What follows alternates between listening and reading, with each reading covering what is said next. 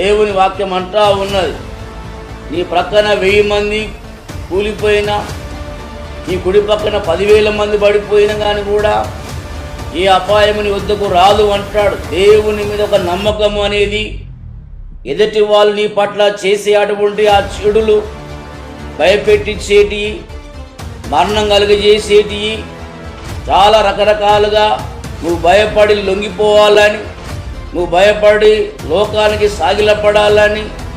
నువ్వు భయపడి లోకంలో ఉన్నటువంటి ఆచారములోనికి రావాలని